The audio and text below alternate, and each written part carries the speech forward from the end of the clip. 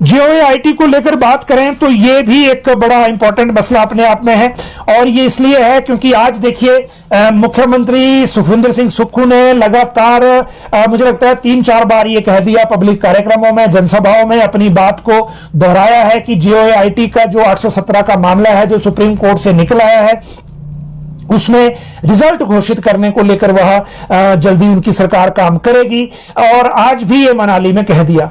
लेकिन दूसरी तरफ जो जीओएआईटी 817 की फाइल है उस पर लिख कोई नहीं रहा है कि रिजल्ट घोषित करो, कंडीशनल करो, जो जांच एजेंसी है विजिलेंस वो लिख के दे, ऐसा कोई कुछ नहीं कर रहा है।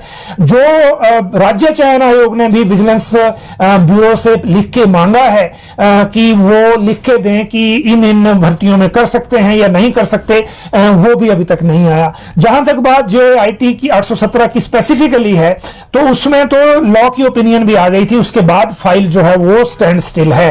और अब जब ये किसी को लिखना पड़ेगा कि कंडीशनल इसमें रिजल्ट घोषित कर दिया जाए, लेकिन घोषित कौन करेगा? राज्य लोक सेवा आयोग तो करेगा नहीं एफआईआर के रहते हुए, लेकिन दूसरी एजेंसी राज्य चयन आयोग को देना है तो पहले जो मैंडेट है क्लास 3 का वो वापस उनको देना होगा। ये तो सेपरेट बात है। लेकिन अब नई अपडेट एक सामने आई है, और नई अपडेट यह है कि जीओएआईटी 817 में जो सुप्रीम कोर्ट में पोस्ट कोड 556 कनेक्टेड था, 556 के जो अभ्यर्थी हैं वो पिटीशन में चले गए हैं हिमाचल हाई कोर्ट में, और 10 से ज्यादा पिटीशन अब तक दायर हो चुकी हैं। ये जो पिटीशन है रिप्लाई के लिए पर्सनल डिपार्टमेंट को आ गई हैं, वो अब इसका रिप्लाई बना रहे हैं। और ये मामला अब खतरा ये है कि कहीं इस तरह से नहीं उलझ जाए कि ना वहां से निकले ना यहां से निकले। और क्योंकि पहले भी हिमाचल हाई कोर्ट में था, हाई कोर्ट से निकल के सुप्रीम कोर्ट चला गया, सुप्रीम कोर्ट से सेटल होकर वापस आया, लेकिन अब क्या सुप्रीम कोर्ट के फैसले के बाद भी हिमाचल हाई कोर्ट की जुरिस्डिक्शन इसमें बनेगी?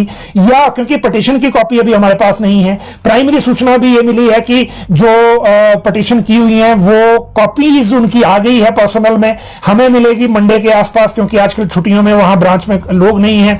लेकिन उसको देखने के बाद पता लगेगा कि इसमें क्या नया सब्जेक्ट लिया गया है। लेकिन फिर भी आप ये देखिए कि अभी यहां रिजल्ट घोषित नहीं हुआ और उधर नया केस एक शुरू हो गया। 556 के जो अभ्यर्थी हैं वो हिमाचल हाई कोर्ट चले गए हैं, और उन्होंने ये कहा है कि जो उनकी सीटें थी जो 817 को अब आगे मर्ज कर दी गई हैं, उन्होंने कहा है कि 817 को ना दी जाए और वो उनके साथ ही वहां रखी जाए। तो ये एक नई लिटिगेशन इस केस में है, और जो पिटीशंस की संख्या है वो भी 20 से ज्यादा है। जो मैंने आपको पहले 10 बताया, वो पिटीशंस की संख्या 20 से ज्यादा है अभी तक जो हिमाचल हाई कोर्ट में दर्ज हुई हैं। तो ये अलग अपने आप में मामला है जिसको लेकर थोड़ा सा सीरियसनेस के साथ सरकार को भी देखना चाहिए, क्योंकि अगर इसी तरह से चीजें चलती रही तो जैसा पूर्व जयराम सरकार के टाइम हुआ था, चाहे वो अलग अलग चीजों में हुआ हो, अलग अलग पोस्ट कोड में हुआ, तब जेबीटी का मामला ज्यादा उलझा था। लेकिन अगर इसी तरह से चीजें टॉस होती रहेंगी सुप्रीम कोर्ट से हाई कोर्ट, हाई कोर्ट से सुप्रीम कोर्ट, तो फिर किस तरह से आगे बात बढ़ेगी, कब ये नौकरियां मिलेंगी, तो वो सारी चीजें फिर आपके सामने है। इसके बाद अगली जो हमने बात की, और वो आज कल आप अखबार में भी देखेंगे जो प्रिंटिंग जो प्रिंट के फॉर्म में कि वो क्या रिप्लाई है और किस तरह की चीजें हैं। लेकिन 2-3 चीजें इसमें उन लोगों के लिए है जो ये चाहते हैं कि उनका जो रिजल्ट है, खासकर चाहे वो ओटीए का है या आगे सीबीटी को किस तरह से लागू करेंगे।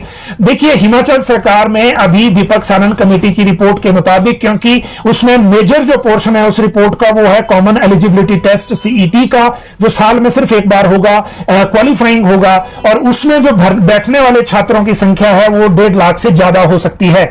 इसीलिए सीबीटी के लिए उसमें ऐसी एजेंसी चाहिए जो वो कर सके, और इसको करने के लिए राज्य चयन आयोग को पूरी तरह फंक्शनल करना जरूरी है।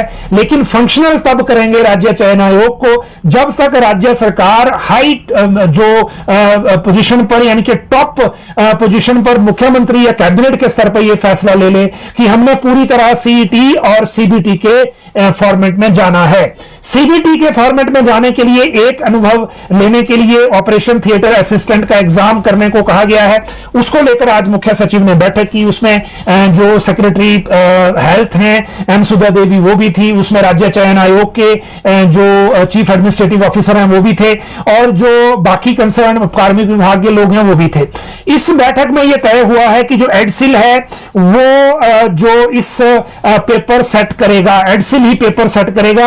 एडसिल को सिलेबस दिया गया है हेल्थ की तरफ से कि आप ओटीए के लिए सिलेबस जो है उसके अनुसार एडसिल जो है इसका वो एग्जाम जो पेपर है वो सेट करे, और वो इनको दे दी गई है। भारत सरकार की टेक्निकल एजुकेशन की ये कमेटी है, और इसके साथ साथ फरवरी में ये एग्जाम होना है, जो फरवरी एंड में ये एग्जाम होगा, ऑनलाइन ही होगा, 3 दिन में रिजल्ट आ जाएगा ओटीए का। लेकिन इसी एग्जाम के अलावा 2 और सीबीटी एग्जाम जो है वो पायलट आधार पर होने हैं, ये भी आज मुख्य सचिव ने बताया। वो कौन से होंगे वो अभी सिलेक्ट करेंगे, लेकिन 2 और जो हैं वो इसी तरह के एग्जाम सीबीटी पे होंगे। और राज्य चयन आयोग को कब फंक्शनल करेंगे, तो उसमें सीएस ने कहा कि राज्य चयन आयोग में जो टोटल 15 लोग अभी दिए गए हैं उनको 2 उसमें ऑफिसर हैं, बाकी कर्मचारी हैं जो पहले से आयोग में थे और जिनकी कोई इन्वॉल्वमेंट पेपर लीक या इस तरह के प्रकरण में नहीं थी, उनको वहीं रोका गया था हमीरपुर में ही। और जो रिपोर्ट कहती है दीपक सानन की वो यही कहती है कि 12 से 13 लोग चाहिए, तो उतने तो वहां हैं। रही बात रूल्स ऑफ बिजनेस की, तो राज्य चयन आयोग बना रहा है, पूरी तरह फंक्शनल तब करेंगे जब राज्य सरकार फैसला ले लेगी कि हमें उसी फॉर्मेट में जाना है। और थोड़ा सा सीबीटी कंप्यूटर बेस्ड टेस्ट करने, क्योंकि अगर आप सीईटी करेंगे वो भी वैसे ही करना पड़ेगा, तो उसको थोड़ा सा एक्सरसाइज कर रहे हैं। जहां तक बात है राज्य चयन आयोग के बाकी फॉर्मेट की, तो जो पृथ्वी साहब हैं जो चीफ एडमिनिस्ट्रेटिव ऑफिसर हैं उनको हरियाणा भेजा गया है, और वो वहां जाके उनका जो, क्योंकि उन्होंने सीबीटी शुरू कर दिया है, वो देख रहे हैं वहां किस तरह से वो चलता है, और वहां से जो एक्सपीरियंस आएगा उस एक्सपीरियंस के आधार पर फिर यहां भी काम करेंगे। तो वो अब हरियाणा में इस सिस्टम को देखने गए हैं। जहां तक जे 817 की बात है, तो मुख्य सचिव ने कहा कि इस मामले में बहुत जल्द फाइल पे कोई डिसीजन हो जाएगा, कुछ दिन का इंतजार करिए। और जहां 556 की पिटीशन की बात है या एग्जीक्यूशन पिटीशन की बात है, तो वो कुछ कॉपीज जो है वो नोटिस की जरूर आई है पर्सनल में। मुख्य सचिव ने लॉ को, सुप्रीम कोर्ट की जो जजमेंट है 817 की, उसके परिप्रेक्ष्य में, उसकी जो दायरा है उसके दायरे में 556 की जो पिटीशंस हैं रिसेंटली, उनको इवेल्युएट करके थोड़ी रिपोर्ट देने को कहा है। लेकिन 817 को लेकर बहुत जल्दी फैसला हो जाएगा।